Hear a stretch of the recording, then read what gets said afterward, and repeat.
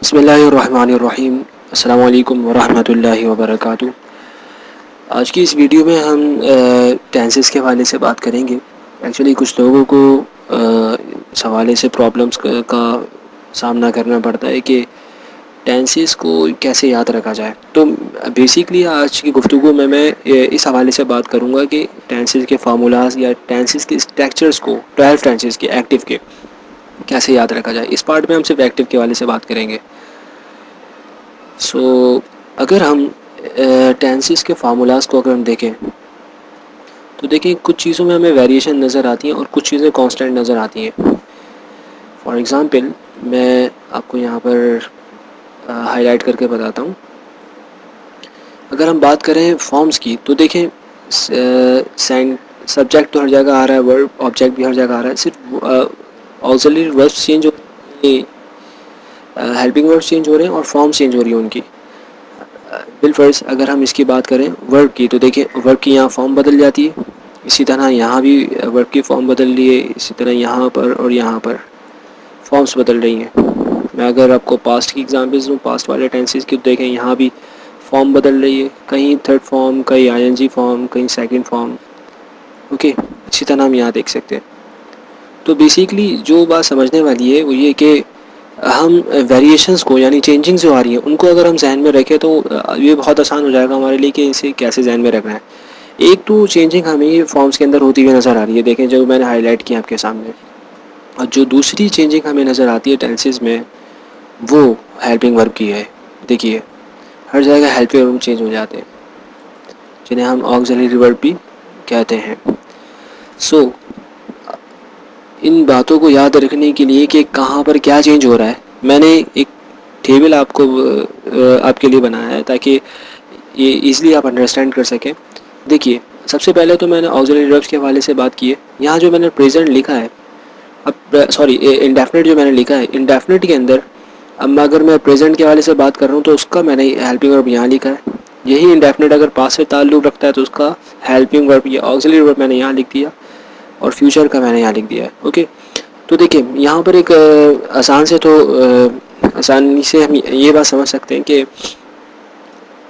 Do first form use होती है as a first form.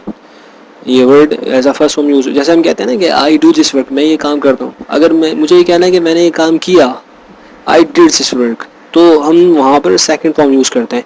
इसी तरह यही चीज़ एज अ हेल्पिंग वर्ब या ऑक्सिलरी वर्ब भी यूज़ हो रही है, देख रहे हैं आप यहाँ। अच्छा, फ्यूचर को याद रखना बहुत आसान है कि फ्यूचर का कोई भी टेंस हो वहाँ पे विल तो ज़रूर यूज़ होगा, चाहे वो फ्यूचर इंडेफिनिट हो, यहाँ विल आ गया। फ्यूचर कंटिन्यूअस हो तो विल यहाँ भी आएगा, बस बी बढ़ गया, यहाँ पर एडिशन हो जाएगा बी का।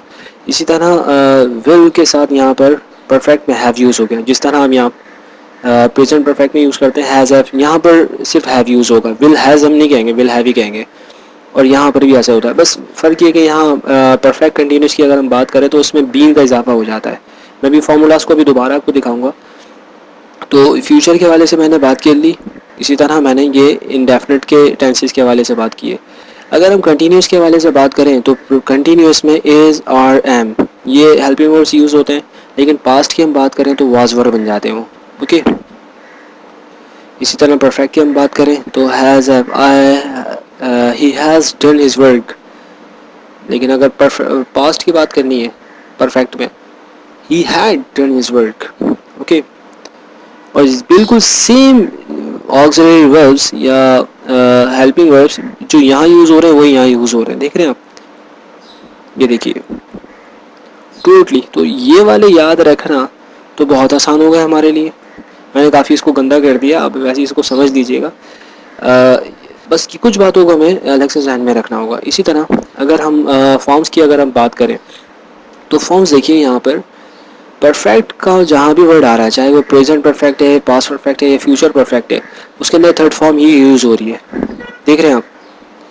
इसी तरह कंटिन्यूस की बात करें, जहाँ ये कंटिन्यूस का वर्ड आ जाए, चाहे वो प्रेजेंट कंटिन्यूस का है, पास्ट कंटिन्यूस या फ्यूचर कंटिन्यूस या प्रेजेंट परफेक्ट कंटिन्यूस, कंटिन्यूस का वर्ड आ गया, past perfect continuous, future perfect continuous, continuous का जहाँ कहीं भी वर्ड आएगा वहाँ पर फोर्थ फॉर्म ही यूज़ होगी। देखिए यहाँ पर भी फोर्थ फॉर्म यूज़ हो रही है, he is doing his work, he was doing his work, he will be doing his work.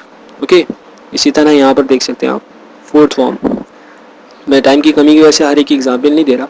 रही बात फर्स्ट फॉर्म की, थर्ड फॉर्म आपको समझ में आ गया. जहाँ परफेक्ट है वहाँ पर थर्ड फॉर्म है. जहाँ पर कंटिन्यूस का वर्ड आ गया, कंटिन्यूस या फ्यूचर कंटिन्यूस, वहाँ फोर्थ फॉर्म है. अब रही बात फर्स्ट फॉर्म की, तो फर्स्ट फॉर्म से दो ही जगह यूज़ हो रही है, प्रेजेंट इंडेफिनिट में और फ्यूचर इंडेफिनिट में. और ये वाहिद सेंटेंस है जहाँ पर हम सेकंड फॉर्म देखते हैं.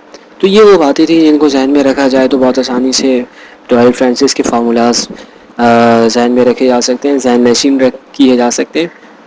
पहली चीज़ जो हमने समझी वो वर्ब्स थी, वर्ब की फॉर्म्स क्या आ रही है. दूसरी चीज़ जो है वो पहली चीज़ ऑक्सिलरी वर्ब्स थे कि वो कहाँ चेंज हो रहे हैं, और दूसरी चीज़ ये फॉर्म्स हैं. तो मैं उम्मीद करता हूँ कि आपने ये वीडियो पसंद की होगी, आपको अच्छी लगी होगी. अगर आपको अच्छी लगी है औरों के साथ भी ये शेयर कीजिए. देखिए यहाँ पर मैंने जो बात समझाई थी वो ये थी, देख रहे हैं. अच्छा, एक बात मैं बस आखिरी बात जो कहना चाहता हूँ वो ये कि देखें, ये बीन जो लगा है ना, ये ऑक्सिलरी वर्ब नहीं है. इसलिए मैंने वहाँ पर टेबल जो बनाया वहाँ पर ये नहीं लिखा है as a auxiliary verb. Okay, ये देखिए. और ये सेंस और फॉर, इसके हवाले से मैं किसी और वीडियो में बताऊंगा कि इनका कहाँ यूज़ होता है, ताकि ईज़िली अंडरस्टैंड कर सकें आप.